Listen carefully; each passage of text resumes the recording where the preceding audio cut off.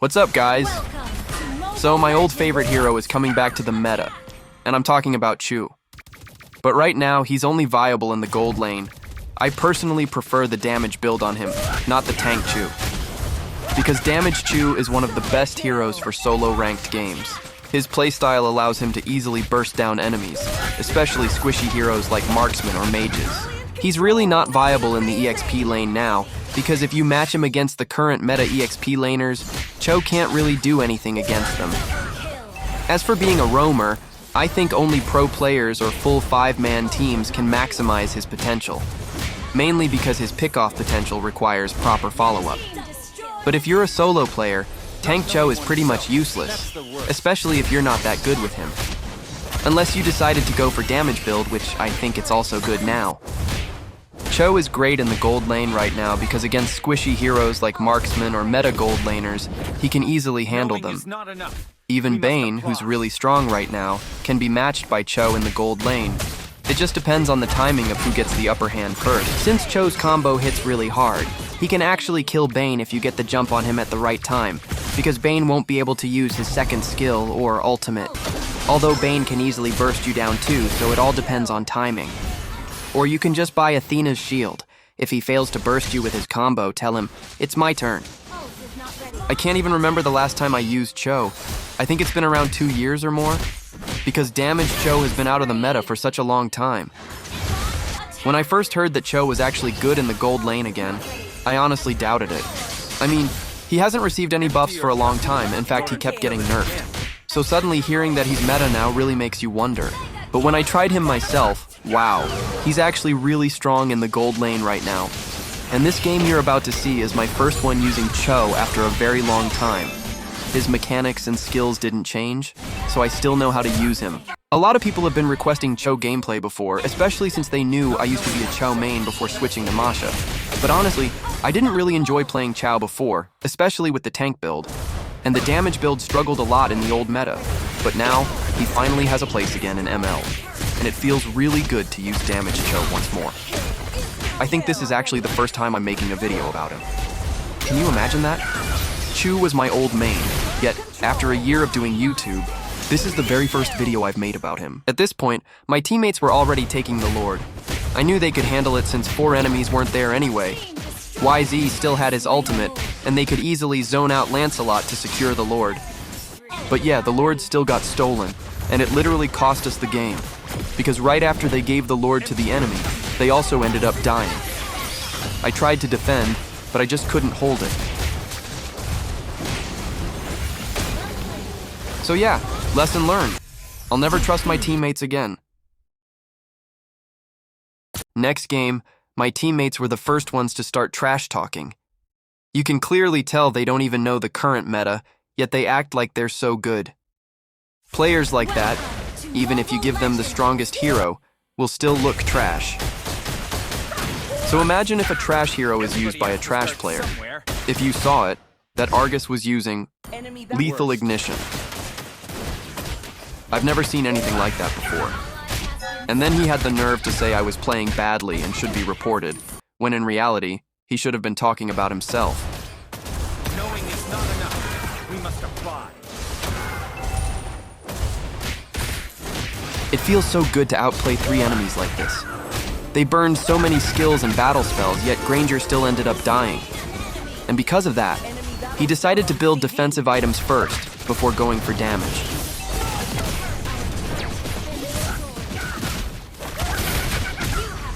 They say fighter gold lane works best when you have a Kimi mid or a YSS jungle.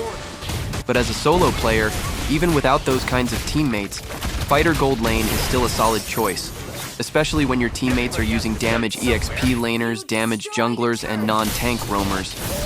Do you think a marksman would fit well in that kind of lineup? Of course not. That's why going fighter gold lane is the better option in those situations. Earlier you saw Granger prioritizing a leather jerkin in his build. But now it's gone, which means he sold it and went for an antique cuirass instead. That's how scared Granger was of me. And honestly, it's understandable considering Chou's burst damage potential. What's really great about Chou is his crowd control, which prevents marksmen from using their wind chant. That's a huge advantage. Marksmen really stand no chance against him, especially in a 1v1. Not everyone can play fighter gold lane, especially those one-trick trash trio marksman mains who only know how to play that role. And what's worse is, even though it's the only thing they use, they still play terribly.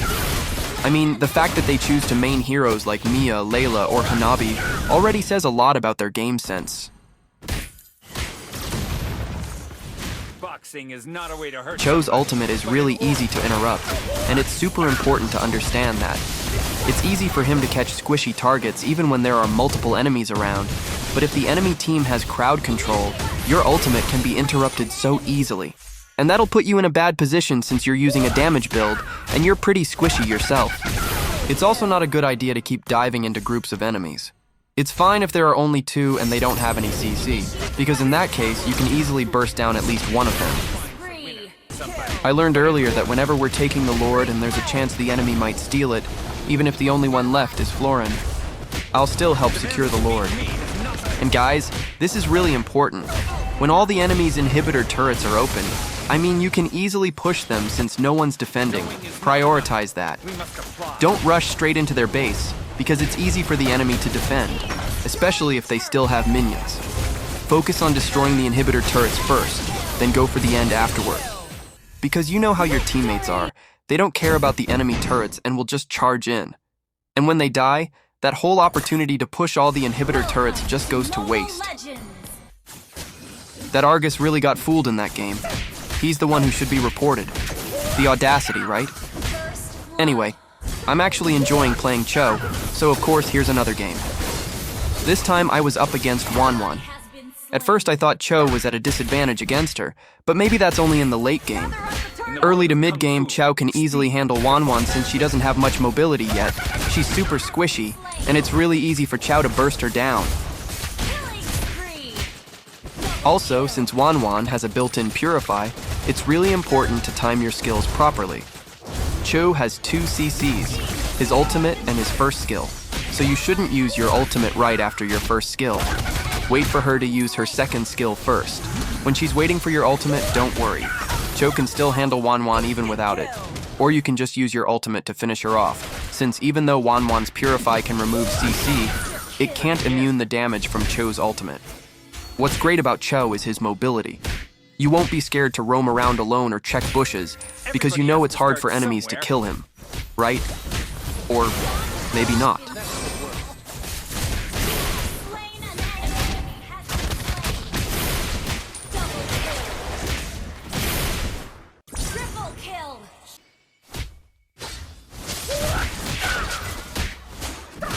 Boxing is not a way to hurt somebody, but in order.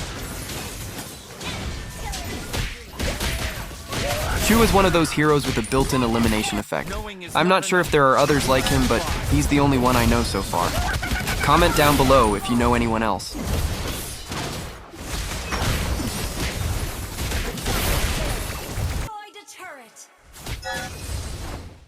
I really love heroes that are strong in 1v1 situations, and at the same time can push turrets really fast. Chou and Masha are almost the same in that aspect. We've been seeing a lot of fighter gold laners in the pro scene lately, but no one's using Masha gold lane yet. Maybe they're hiding that strategy and planning to use it as a secret weapon in the playoffs. What do you think? Not knowing oneself, that's the word. Wan Wan's last 3 deaths here were really unfortunate. She could have turned the game around if she had just pressed her skill in time, but everything happened too fast. I actually tried to end the game myself, but I failed because I messed up my basic attack. Still, it was enough for Alucard to accidentally finish the game. Victory! Here's the last game in this video, and I hope you're enjoying it. Thank you for watching as always. In this game, I tried not building Sky Piercer, because if you've noticed, I almost always have it in my build. And if you ask me which one is better, well, it still depends. But personally, I think it's safer not to build Sky Piercer. It's a risky item. If you can't stack it properly, it's pretty much useless.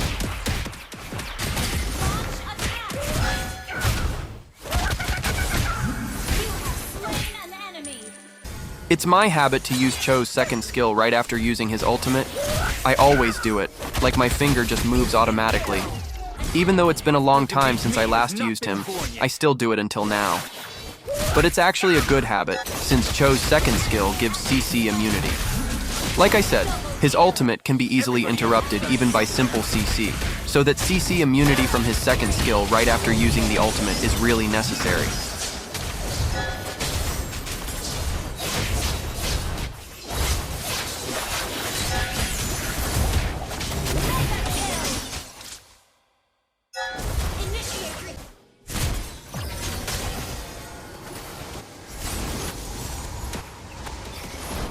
I was really surprised by Chou's damage here. Granger was almost instantly deleted from the map. And that's exactly why Granger prioritized building defense items earlier, because that's what happens when you don't build any armor. Granger's Flicker and Bellaric's ultimate both got baited there. It's kind of funny though, but that actually played a big role in what happened next.